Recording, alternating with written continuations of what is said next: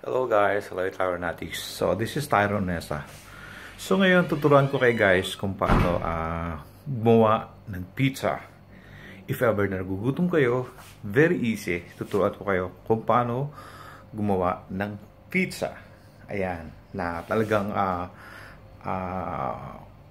mapapawi yung gutom nyo. Okay guys, seto. Okay, andito na ako sa kitchen. So first of all, you have to open the stove. Ayan. Tapos ilagay lang natin siya sa, ang temperatura ay nasa 170 para uminit ka agad siya. So, later i-reduce na lang natin ulit. Okay? And then, ayan. So, habang hinihintay natin ang pag-init ng ayan. Hinihintay natin ang pag-init ng ayan. Nagbukas ako ng refrigerator. Ayan. At ngayon, habang hinihintay natin, heto na ang instant pizza.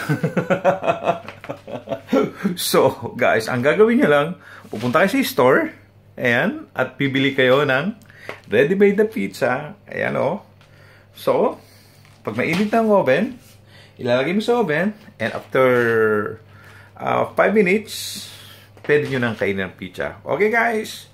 Thank you. Ayan, yan ang sikreto kung paano gagawa ng pizza.